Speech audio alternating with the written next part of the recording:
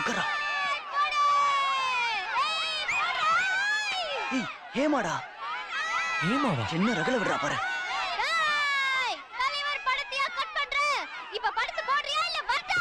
ஏய் என்ன பேச்சு பேசுறா பாத்தியா? ரவுடி மாதிரி. என்னடா அது?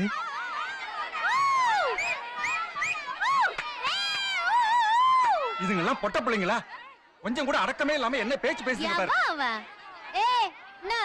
நீதான் பெத்தூட்டியா? வீட்டுல சொல்லிட்டு வந்துட்டியா? விடுறி, அவன் கிடக்குறான் சொட்ட. என்னது? மரியாதை பேசு. வேற ஏதாவது சொல்லிட்டு போறானுங்க.